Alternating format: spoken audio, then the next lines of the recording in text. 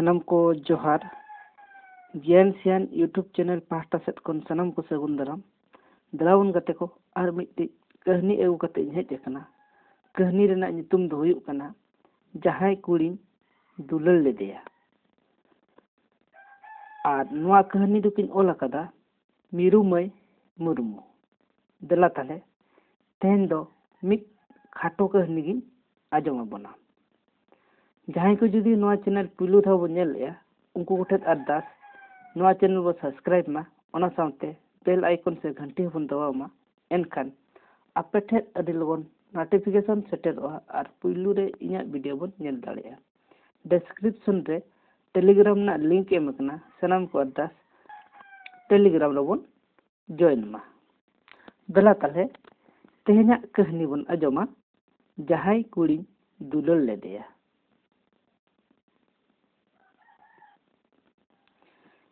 कहनी ना नितुम हुयुक कना जहाय कुड़ी दुलल लेदेया ओल कदाकिन मीरू मई मुर्मू फोन कते गी मेता देया उनी कोड़ा ठेत दो आलम जावायोआ बांखान पोरानिया रगिमा चोट मु रकाब उतरेना चेदा कथा कोदो बाय कुली लिदिना आज दो रगिते चेत कोचों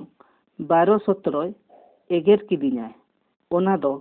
नितो बन लई दाड़ेया कना उन दो आज ओका खोन चों ओड़ा ते रुल कान ताहे कना पाले चो हॉस्टल खोन नोंका ऑक्टो रे उनी नुआ कथा लई दो इना बांग भागी लेन तिना मेनखान दोसर हिलो गे आज नेनेल को हिजुक कना दिशा कते नुआ दुई लया दे ताहे कना इन दो तीसो बन उइहर अकादा पोरानी दो बापला आलो हुयुक मा इना उइहर दो नियगे भागे कोड़ा सा भागे ओड़ा रे बापला हुई लेन खान जायजुक सुक रे ताहेनाय आज सुक रे ताहेन खान आको ओड़ा होड़ हो रस्के को अइकेवा आर इन मा हेगे चेदा से इन दो उनी कुड़ी दुलल लेदेया इन जहां इन दुलल लेदेया उनी दो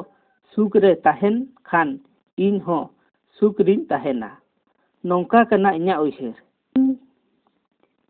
इनिन अगुइया सुक रिन दोहो दाड़ेया चो बांग चो ओनाते एटा जायगा रे सुक रे ताहेन खान इन दो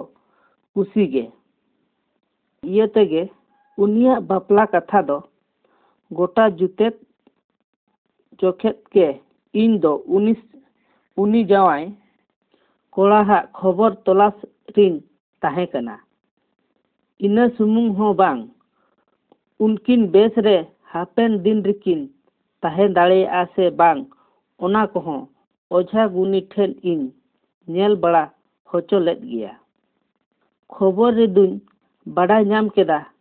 बांग मा कोड़ाटा दो बुल भुतलंग कनाय इंजीनियर हुई लेन खान चेत हुयुआ हाट पतारेन पोरमेन दोय बांग कान रेहो आरा बतीते चिकना अकान ओड़ा कोदोय हिरी गियाय ओना इयते पुइसे टाका कोदो ती चुपुत खोन लेंजर न्युरु गेताया ओझा गुनी कोदो को मेन लेदा उनिया रसी दो बाय पोटावा हापेन दिन रे सुक रे बकिन ताहे किया आर नियाव खपरिया लेताल ताहेन रेया आय उमनो कना उनका बड़ाई कते चेत बन मेताया मासे जहां इन सिबिलाई कना इना हिलो अडी कथाय आजोमा दिन ताहे रेहो चेत हो बन मेन लेदा कथा रे आज गे जितवेनाय आर पडू लेकाय तावा अचूर किदिनाय कथाते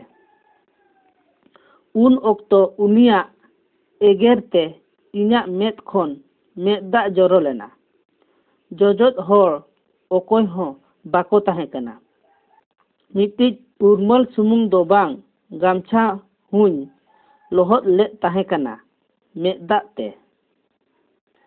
पइन भांगाव दाड़ेया गया उनिया बापला रही दही चेतान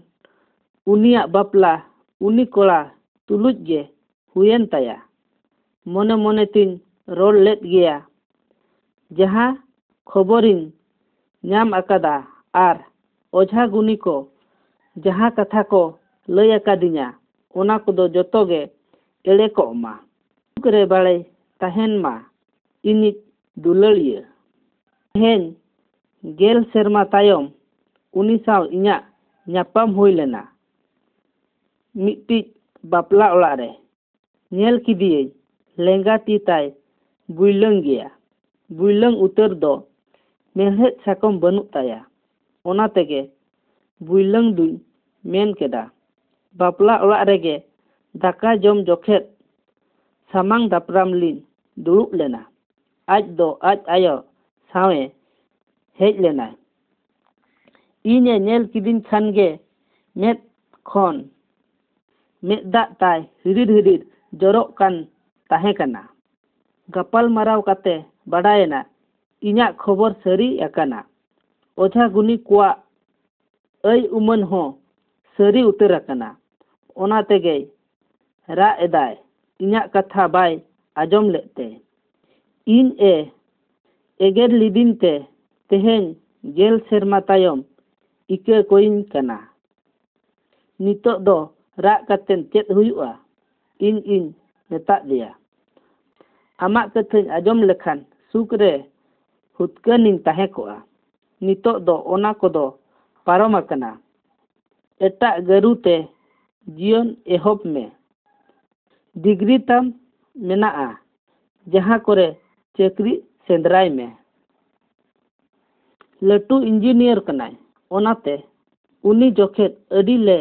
खुशी लेना पारम अकन कथाए लयन कनाय मेन खान उनी बाय इदीन खान आमेम इदी किnya बाय रोड होचो अदिना कुली किदिना ओना कोदो ताहानो लय मेसे इनेम इदी किnya ओकोय हो बाको इदी लेम खान इंगिन इदी केमा उकुर तोबेम मेन लेदा ठोप मारते मेदा जोरो गोज एन ताया आम होतम एड़े एड़े रेहो बाम मेता दिना जवाइन कना को इदी इन में से तेला केदाई आयम ओकोय हो चेद हो बलिन मेन लेदा बाना होलिन थीर थार उतरेना उइहर बड़ा किदेन नितो मारे कथा को उइहर काते चेत हुयुआ ओने ओकोय को मेन अकात कथन उइहर केदा दुख दो पारम अकन कथा आर हापेन दिना कथा उइहर कातेगे ᱧᱟᱢᱚᱜᱼᱟ आज हो ओना कथाñ लय आदेया तायम ओक्तो को हुयन खान आज आयोय होहो इदी केदेयाय सेनो लहा मिट्टिज कथाय कुली किदिnya आम दोम बापला हकना से बांगे आम सां बापला सना लिदिnya बांग गान लेना दोसर जन्म रे आमा कोयो हर रिन ताहेना इन्या रोल आजम कातेन दोढ़ाते मेदा जोरोयन ताया इन्या मेदा दो बांग जोरो लेना उइहर किदेन नुआ गे पाले तो चांदो लिखन को मेतागा कहानी दो नोडेगे मुचाद एना कहानी दो ताहे कना जहाई कुड़ी दुलल लेदेया कहानी आजम कते चेल लका बन बुझाव किया ओना दो सनाम कोगे कमेंट दरायते लय ताबन पे और कहानी बन कुसियादा खान नोआ वीडियो बन लाइक मा ओना सावते जोटाव को गाते को बन शेयर को मा और जहां को नोआ चैनल पुलु धाव बन नेल ले उनको गोठे अरदास नोआ चैनल बो सब्सक्राइब मा ओना सावते बेल आइकन से घंटी बन दावा मा और डिस्क्रिप्शन रे टेलीग्राम ना लिंक एमकना सनाम को अरदास टेलीग्राम रो बन जॉइन मा ताले तेहेना वीडियो दो नोडे को बन दोया और मिट्टी वीडियो रो बन ᱧᱟᱯᱟᱢᱟ इन धाबिते इन पास्टा सेट खन दोढ़ाते गोट आर जोहार। वीडियो नेल लगित अडी अडी सारहाव।